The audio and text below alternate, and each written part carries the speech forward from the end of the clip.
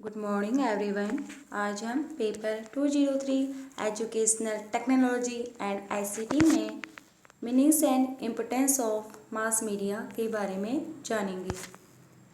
संचार एवं जनसंचार। संचार शब्द आंग्ल भाषा के मीडिया शब्द का रूपांतरण है। मीडिया शब्द लैटिन भाषा से लिया गया है।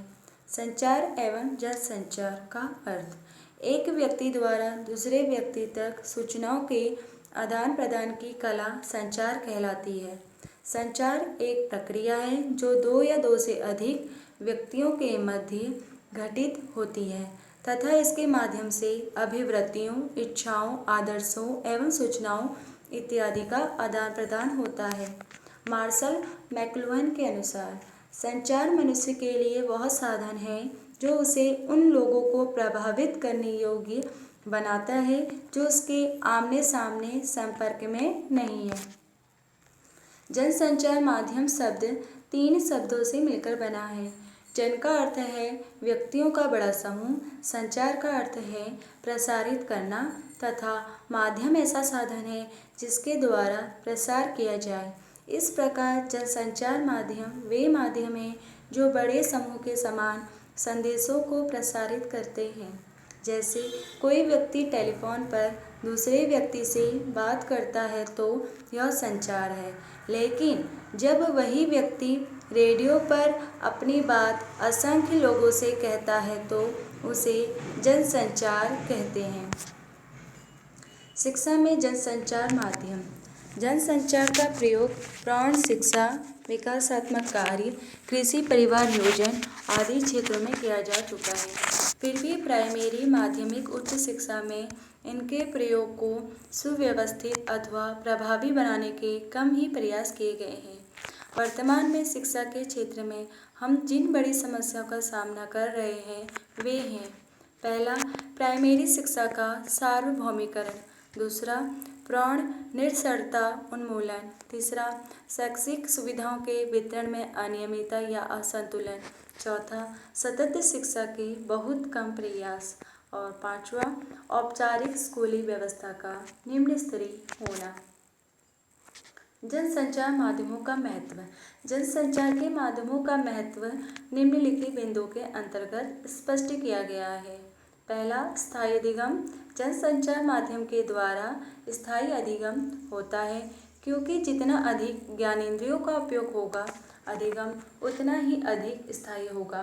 छात्र जनसंचार माध्यम द्वारा सीखी गई विषय वस्तु को लंबे समय तक याद रखते हैं।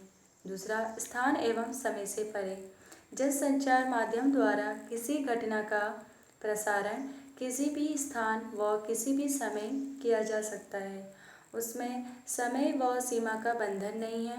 इस प्रकार व्यक्ति अपनी सुविधा अनुसार इनका लाभ उठा सकता है। तीसरा, विशाल समूह में संप्रेषण।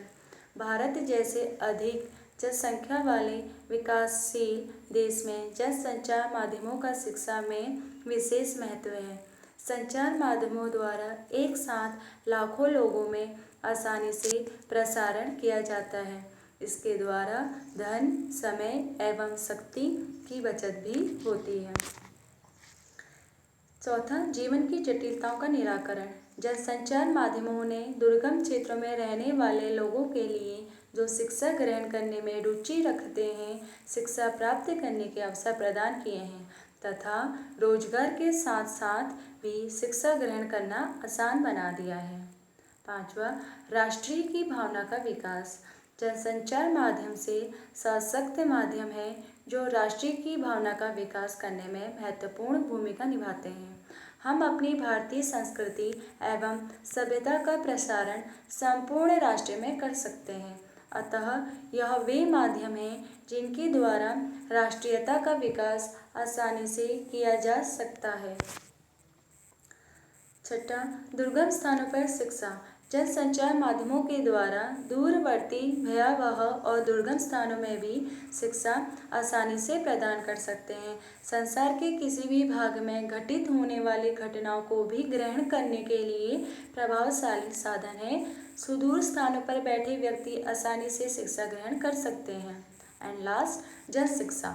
जनसंचार साधनों का उद्देश्य लोगों में जाति, रंग, धर्म के भेदभाव के बिना शिक्षा प्रदान करना है। इस दृष्टि से जनसंचार माध्यम जनशिक्षा का प्रसार करने में अद्वितीय भूमिका निभा रहे हैं।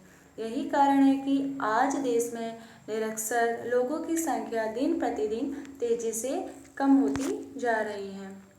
जनसंचार माध्यम की सीमाएं। फर्स्ट, यह संप्रेषण का केवल एक ही रास्ता खोलते हैं। इसका अर्थ यह है कि जनता निष्क्रिय रहती है, वह इसमें सक्रिय भूमिका नहीं निभाती। दूसरा, यह आम जनता को केवल सुधार एवं दिशा निर्देश प्रदान कर सकते हैं, उन्हें इनमें भाग लेने के लिए बाध्य नहीं कर सकते। थर्ड, इन स्रोतों की सीमाओं को ध्यान में रखते हुए शिक्षा की ऐसी नीतियाँ बनाई जानी चाहिए जिससे प्राथमिक शिक्षा के सार्वभौमिकरण तथा प्रौढ़ शिक्षा की समस्या को हल करने में मदद मिल सके। फोर्थ, संचार माध्यमों की व्यवस्था 3 प्रकार की हो सकती है।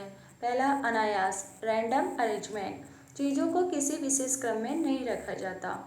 सेकंड, रेखीय लीनियर अरेंजमेंट, शिक्षक अपनी सुविधा से जिसे चाहे प्रयोग में ला सकता है। थर्ड, गत्यात्मक डायनेमिक अरेंजमेंट, इसके अंतर्गत शिक्षक चीज़ों को इस प्रकार से व्यवस्थित करता है कि छात्र, मीडिया तथा शिक्षक स्वयं ही एक दूसरे से मिलजुल कर कार्य करते हैं और इस सब का परिणाम अधिगम में बढ़ोतरी से होता है। धन्यवाद।